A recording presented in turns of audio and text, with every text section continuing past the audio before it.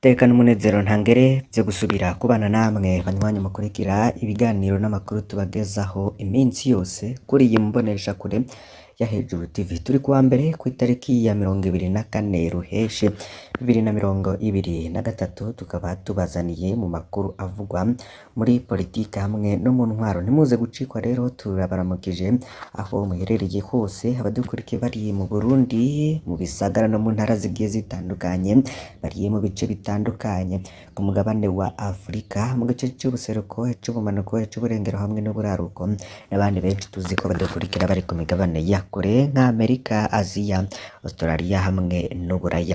Ni umwanya rero tugiye kwibanda ku biriko biribonekeza cane mu gihugu c'u Burundi, ariko reka dutangure tubibutsa ivyo Perezida Evaristo Ndayishimiye na General Alain Guillaume Bunyoni muri 2022 bashikirije buri umwe wese ku kibazo c'igitoro. Ico gihe ntibabivuze ko rimwe. Perezida Ndayishimiye ico gihe yemereye abarundi mu mpera za Mukakaro ko igitoro kizoboneka mu kwezi.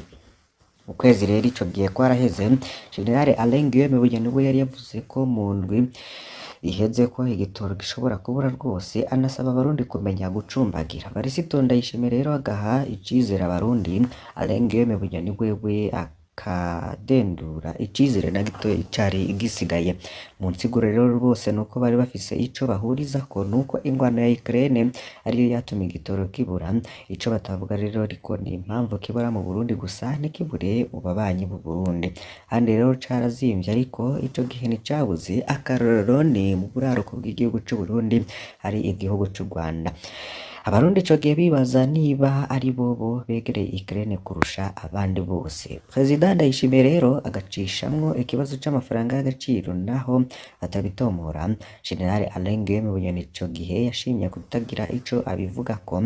Bamwe rero mu bakurikiranira ibintu hafi bo bavuga ko ikena ry'ayo mafaranga rifise uruhara runini.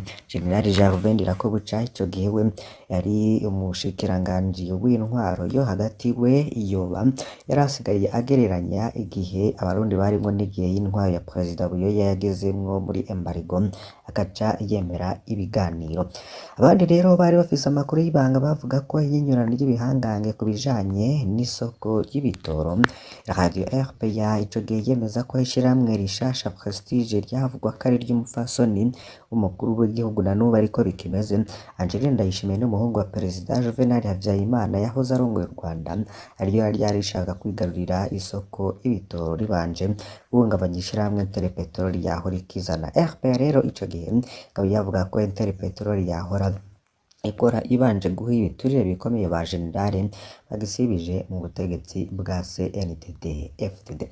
Kw'itariki ya 20 mu kwezi kwa gatandatu 2023, Varisito Ndayishimiye yerekanye ko hari abo bari bahanganye. Na n'ubu rero mu minsi ibiri iheze akaba yaravuze ko hari imirwi bahanganye. Ico gihe rero mu mumenyesha makuru na n'ubu rero akaba yaragizwe umuvugizi wa leta y'u Burundi, yarabajije Varisito Ndayishimiye ku kintu kimwe cerekana ko muri iyo myaka itatu Varisito Ndayishimiye ariko aserebura ko amaze ku butegetsi yagumye ari isamuragwa wa Petero Nkurunziza. Varisito Ndayishimiye mu kumwishura yagize ati samuragwa no kuvuga iki? Ico gihe umumenyesha makuru yarabajije ati ugendera mu makanda. Varisito Ndayishimiye yishuye ko samuragwa ngo nukuvuga kugenda mu makanda. Naramukoreye mu ngata nsigarana iryo tonga bene gihugu bari baramubwiye ngo ni wewe ubungabunga, none ko urenganye aha uwundi. Aya majambo rero ico gihe abantu benshi ntibayafashe minenerwe, ngarahambaye cane kuko hari abiyita ko bari mw'iragi rya Petero Nkurunziza n'abandi biyita abo kwa Ndayishimiye. Bumvikanamwo ko igihugu kitari itongo rya Nkurunziza kandi ko yarikuye kubera abanyagihugu bamubwiye ko ageze guha uwundi. kw'icenda rero 2023 Perezida Ndayishimiye yemeze ko Abanyagihugu Isukari bafise umugambi wo kumuteranya n'abanyagihugu, afise imigambi yo kubaha amakofi bose, niko rero yoba yarashikirije. No kuvuga ko ikintu cose kibuze Varisito Ndayishimiye avuga ko hari aboba bavyinyegeje inyuma kugira ngo bamuteranye n'abenegihugu. Ico gihe yagize ati isukari ihabwa cane cane abantu batandukanye, ariko amakuru yarahari rero isukari rero ihabwa cane abadandaza babo muri CNDD-FDD. Mw'ishavu ryinshi cane Perezida Ndayishimiye yavuze ikintu gikomeye, arazi ko abanzi biwe bari bakomeye bicaranye mu mugambwe no mu butegetsi mu gihugu cose rero, ariko harafatwa n'abasitanteri n'abakuru b'amazoni bagirizwa kwiba no kunyegeza isukari. Ngozi ho haravuzwe buramatari. Ese nimba abo bose bari muri uyo mugambi wo kwankisha Varisito Ndayishimiye, ico gihe hari hageze ko abwira abarundi uwutuma bano bantu bose? Ese ico gihe yari General Alain Guillaume Bunyoni yabikorera mw'ibohero, dore ko hari haheze imisi mike yafunzwe, canke hariho n'uwundi mufyoti? Mu kwezi kwa 11 n'ubundi muri uyu mwaka 2023 Perezida Varisito Ndayishimiye yavuze ku bicumuro vy'iranda vyiwe, aho yagize ati jewe ndababwire, jewe harya ntawubeshe uwabeshe bahasha, jewe ndi umuswahili kabisa, nama ndiko ndababwira ubuswahili bwanje. Mu minsi yahera narakunda gusoma cane nciga muri kaminuza y'u Burundi mu gisata c'amategeko, twari dufise uburenganzira bwo gutahana mu cumbi ibitabo 4 gusa, ariko naba nshaka gutahana nk'ibitabo 15, ivyo nemerewe abisoma gushika nk'isaha 7 y'ijoro. Ku murango naca nja gusoma bimwe ntabifitiye uburenganzira bwo gutahana, naca ngenda nkatora vya bitabo vyiza mwumve bwa bujanja bwanje, nkabikurayo nkaja kubisomera mu ruhande rugeneye ibitabo vyo muri Polytechnique B. Umunyeshuri yiga mu vy'amategeko ntiyashobora kwibaza ko hari n'igitabo ciwe kiri muri Polytechnique B, nkabisoma mw'ijoro rero nkasoma bimwe vyo mu cumba. Mugabo kubwa uwa mbere baca rero basubira gupanga neza ibitabo bagasubira mu kibanza cavyo, naje rero awananga kwinjira muri biblioteke nkabikurayo gushika vya bitabo vyose mpejeje kubisoma. Ubwo si ubuswahili none? Ico ni ca gicumuro c'iranda basha, ico ni igicumuro c'iranda.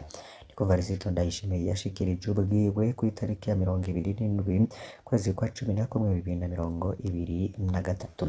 Twibutse ko ngo ataciye rero muri kaminuza y'u Burundi bishobora kugora gutaha iyo Varisito Ndayishimiye aravuga hano. Ico gihe muri kaminuza y'u Burundi cane cane campus Mutaga hariho inzu y'ibitabo bita Bibliothèque Kadafi. Umunyeshuri rero yari afise uburenganzira bwo gusaba ibitabo atahana gusoma, kugira abanyeshuri rero ntibaje kuvyonona canke ngo ibitabo ntibihave bikena. Bibliothèque yari ifise igitigiri ntarengwa umunyeshuri yari ashobora gutahana. Ndayishimiye rero ico gihe avuga ko vyari ibitabo 4 mu gihe ciwe.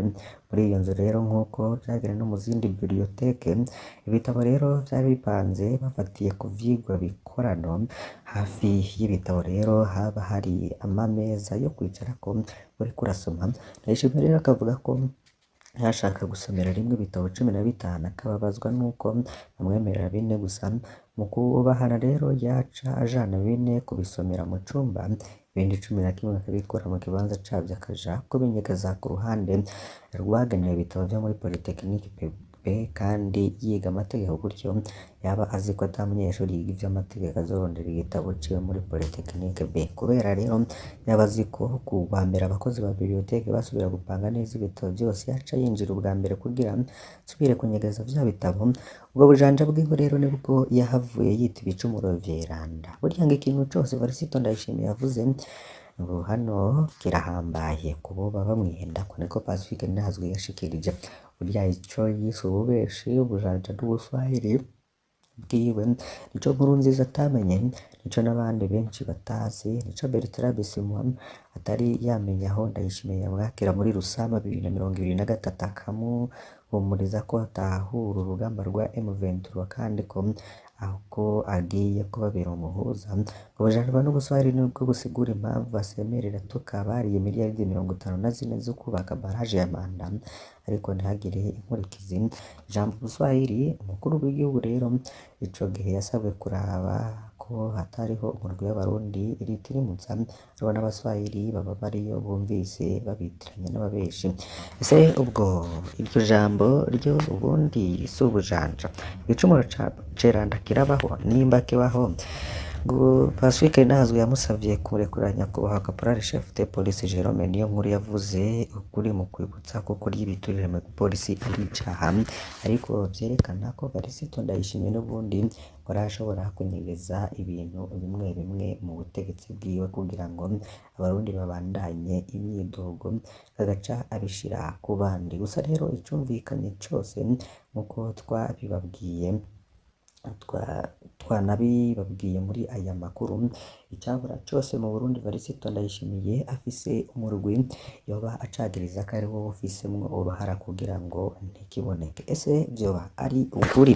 Hoba hari abinyegeje inyuma y'ibura ry'ibidandazwa bitandukanye nk'isukari, ibitoro, ibidandazwa vya nkenerwa bindi bigiye bitandukanye? Uwo murwi woba ufisemwo izihe nyungu kandi ariho badandariza bakabona amahera? Ivyo rero bibazo bandanya kwibonekeza mu Burundi cane cane mu bishikirizwa na Varisito Ndayishimiye, abantu nabo bakavyibazako gutandukanye. Muri zone Rusi hari uwitwa Alex Tuyishime yaraye anyurujwe. N'amakuru rero yaronzwe hatabariza uwitwa Tuyishime Alex avuka muri zone Masara ya komine Giteranyi mu ntara ya Muyinga. Yanyurujwe rero ku mugoroba kw'itariki ya 22 kwezi kwa gatandatu 2024 akuwe mw'ishengero muri zone Ruzo. Amakuru rero maze kuronka avuga ko Tuyishime Alex yatwawe n'umukuru w'imbonerakure mu ntara ya Muyinga. Chambaredi mubona sanzwe amaze kunyuruza abantu batari bake muri iyo ntara. Ubutumwa rero bwagira buti uyu umuntu mubona kwifota bamunyuruje ejo yitwa Tuyishime Alex mu Giteranyi muri zone Masaka, mugabo bamutwaye bamukuye mu rusengero ruri muri Ruzo kwa muyomba wiwe yitwa Nyandwi Samuel. Tuyishime Alex yanyurujwe na Shabani mubona ari kumwe n'izindi mbonerakure nka Rastakari yari yaravuzwe mwinyuruzwa rya Pastor Joseph Sinzubwenge muri Gitugutu 2021, aho mu Ruzo nyene bamutwaye hafi isaha 12 z'umugoroba. Tuyishime Alex rero yarigeze kuba ari umunywanyi w'umugambwe MSD, yarahungiye no mu Rwanda mu nyuma arahunguka. Ubu rero bari bamaze iminsi bamwagiriza ngo yigishiriza mw'ishengero ivyo kugumuka. Turasavye mu mutabariza hakiri kare biwe bafise ubwoba ko bahava bamwica. Mu ntara ya Muyinga rero ni imwe mu ntara ikomeye mu ivyo kunyuruza abantu bakabugwa irengero ryabo. Injoro bigakorwa na Shabani nimubona afatwa nk'intakorwa ko muri iyo ntara. Ahandi naho bikorwa n'abarongoye iperereza baza bakurikirana muri iyo ntara nyene. Iperereza rya Muyinga ryahora rirongowe na Colonel Felix Habyarimana. Uyu rero yarakuweyo mu kwezi guheze ajanwa mu Cibitoke. Felix Habyarimana yavuye Muyinga ahakoreye amabi menshi, rero ngo yasubiriwe na Wilson Nzisabira nawe nyene atoroshe. Mu ntara rero yaciyemwo nka Bururi na Bubanza yaravuzwe mu mabi menshi yo kuboreza igufa abantu, kugandagura abanyagihugu no kunyuruza abantu bakabugwa irengero. Ku cicaro gikuru c'iperereza i Bujumbura naho nyene Wilson Nzisabira yarazwi nk'umwe mu baboreza igufa bafunzwe, ndetse bakaba bariko babandanya gusaba ko uwo yanyurujwe yorekurwa. Tubananirize rero mu kinyamakuru SOS Media Burundi, nabo bagira inkuru zitandukanye, bagira ico bashikiriza. Bujumbura rero hibonekeza ubukene bw'ibitoro, amamodoka ya leta niyo yaraca amafaranga mu kunguruza abantu.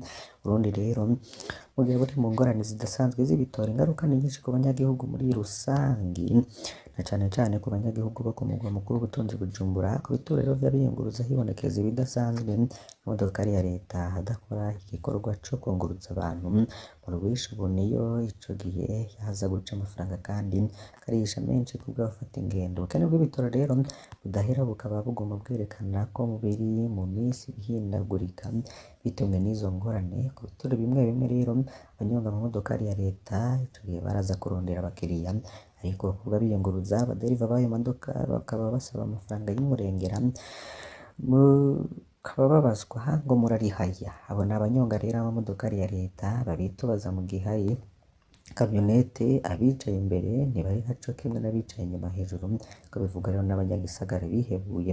Hari uwagize ati "Mpitamwo kuja imbere nubwo amafaranga ari menshi, harihwa hagati y'ibihumbi 3 n'ibihumbi 5, abaje inyuma bariha ibihumbi 2 ariko bagenda nabi cane, baba barenga 50", bikaba bivugwa n'umukenyezi akiri muto. Yoba yarabajijwe, umukenyezi rero akavuga ko amafaranga aca yegeranwa ku metero nkeya bagihaguruka kugira ngo hirindwe abohaba batariha canke abosimba batarishe mu gihe imodokari ishitse iyo baja. Kubwa Gabriel Rufyiri arongoye Ricome, ishirahamwe rirwanya igiturire n'isesagurwa ry'amatungo ya leta, ivyo ntawovyemera. Izo modokari zitwara abantu nk'indagara kandi ntibaje gusumba nta bwishingizi baba bafise bwo guca amafaranga mu kwunguruza abantu, bituma n'ubuzima bw'abiyunguruza bwo gushirwa mu kago. Arongoye iryo shirahamwe rero yandikiwe n'umukuru w'igihugu incuro 2 kuva mu mwaka utangura. Ibwete ryiwe rya nyuma rero ry'impapuro 9 yandikiye Varisito Ndayishimiye kuwa 4 Ndamukiza 2024. Ico kibazo rero akaba yarakibajije biba ivy'ubusa. Duhereze ngaha makuru twari twabateguriye muri iki gitondo, mbasabe kugira ngo ntimuze gucikwa n'ibindi tuza kubagezaho mu masaha ari imbere. Imana ibahezagire.